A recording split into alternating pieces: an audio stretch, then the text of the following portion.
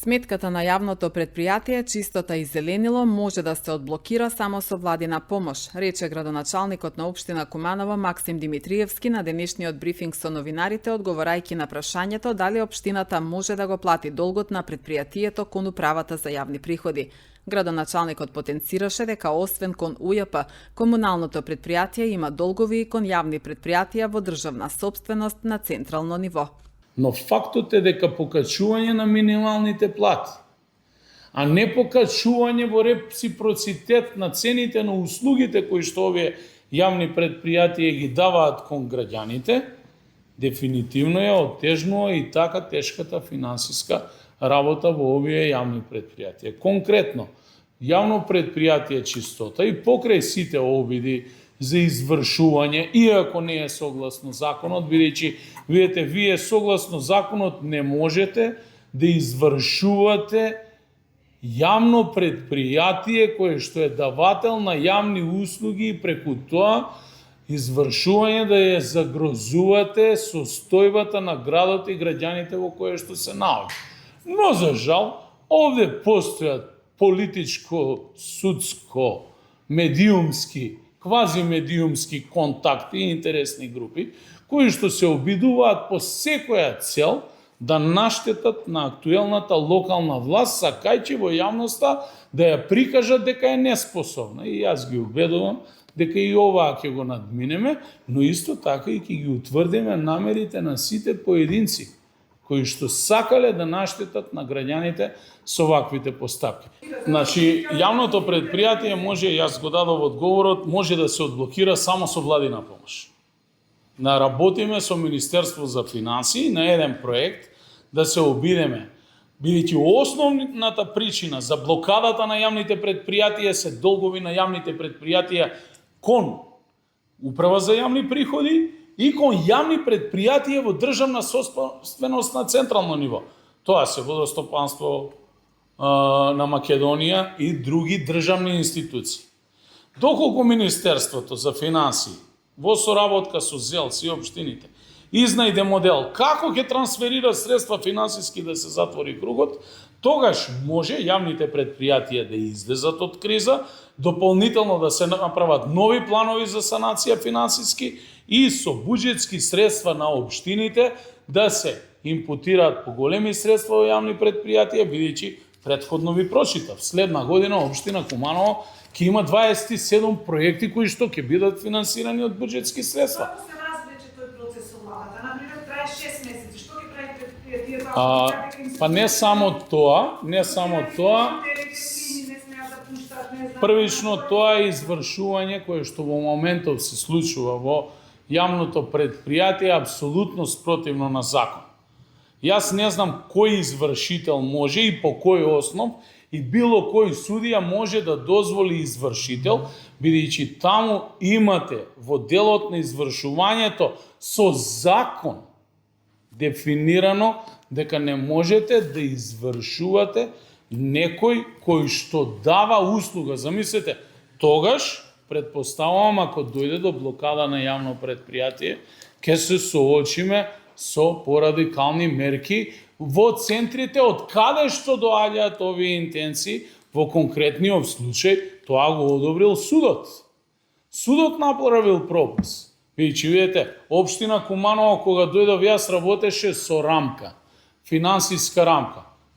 И прва недела дојдоа да го извршуваат имотот на општината. Претходно не дошол никој. Што дојде извршител да ги извршува дуќаните во занаетчиски дом кои што се во собственост на општина? Па не може. Согласно законот вие не можете да ми го земете компјутерот на кој што јас ги евидентирам сите мои податоци за сметки, претплатници, кој ми плаќа или не ми плаќа.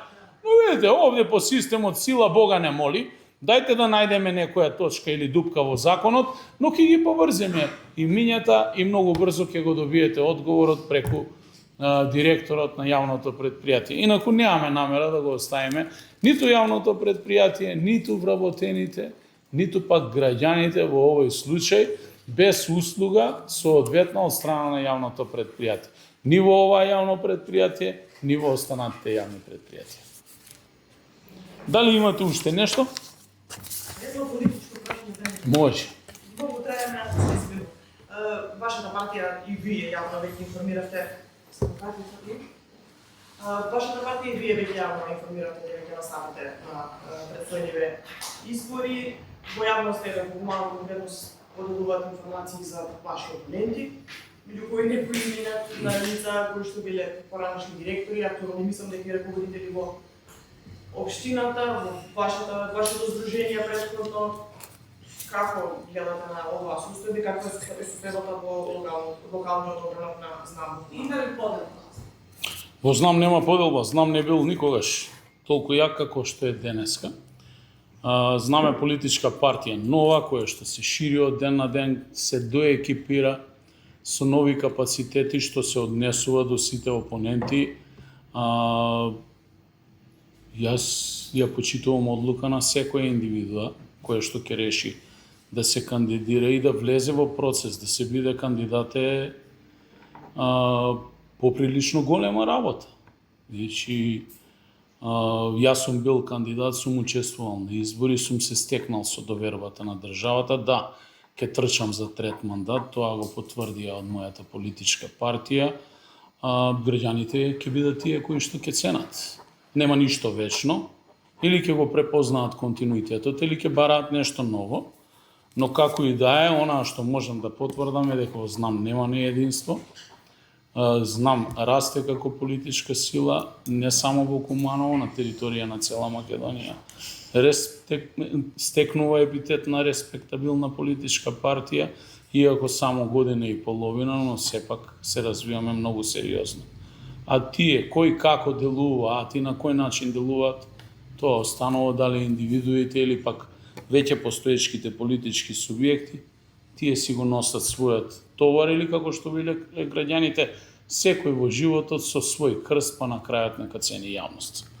Јас сакам сосема за крај да ви информирам за уште еден настан кој што ќе се одржи во месец јули, а тоа е Европска младинска олимпијада, која што ќе се одржи од 20 до 26 јули оваа година во организација на Македонскиот олимписки комитет.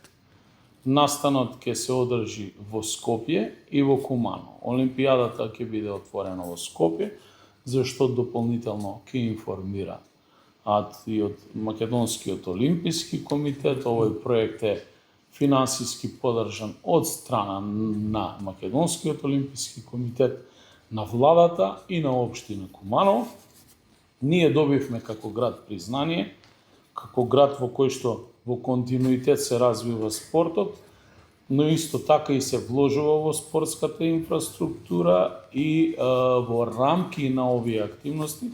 На 21 јули ќе биде пуштена во употреба и нашата Кумановска спортска сала со надпревар на македонската младинска репрезентација во кошарка.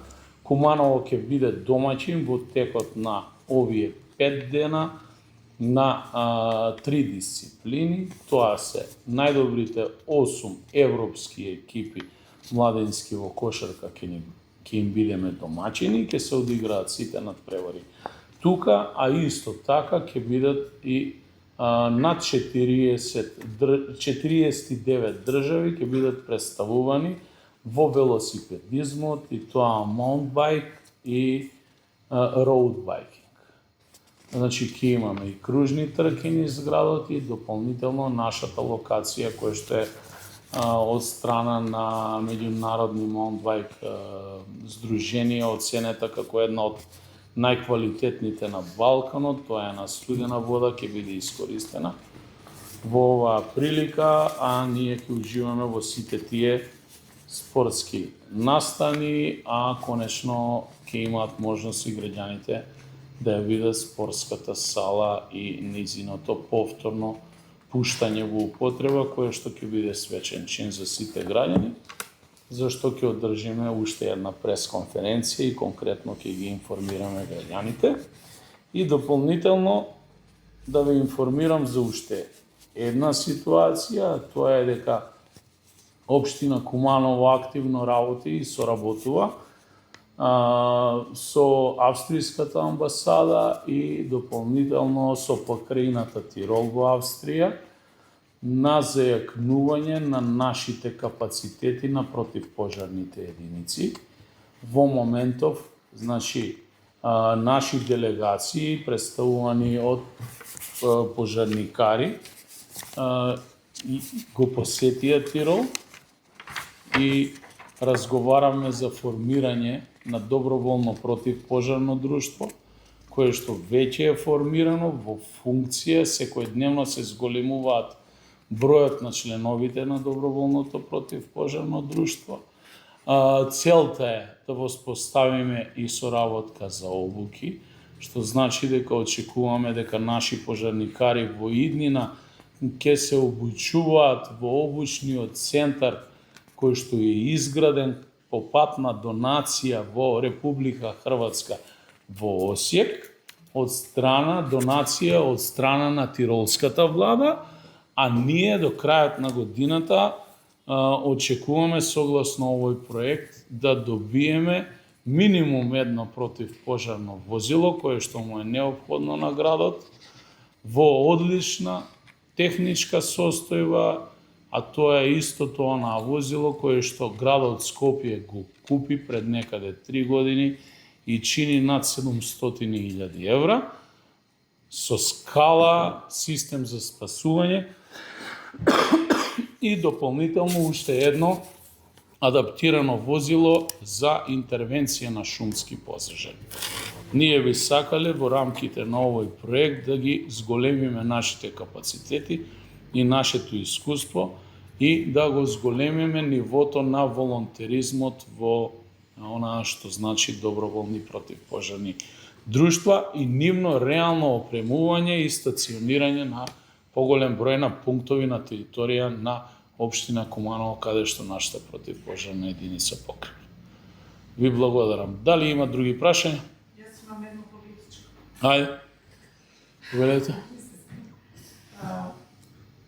Вие сте единствениот кандидат за градоначалник за сега, што официјално е потврдено. Меѓутоа, некако вашиот коалициски партнер калкулира, уште нема официјална информација дали ќе бидете подржани, ќе бидете ли вие единствен кандидат за градоначалник на коалицијата на Знам и на Значи, и јас официјално сум и ќе бидам кандидат за градоначалник на движење Знам за наша Македонија, што се однесува до поддршката од нашиот коалиционен партнер или нашите коалициони партнери.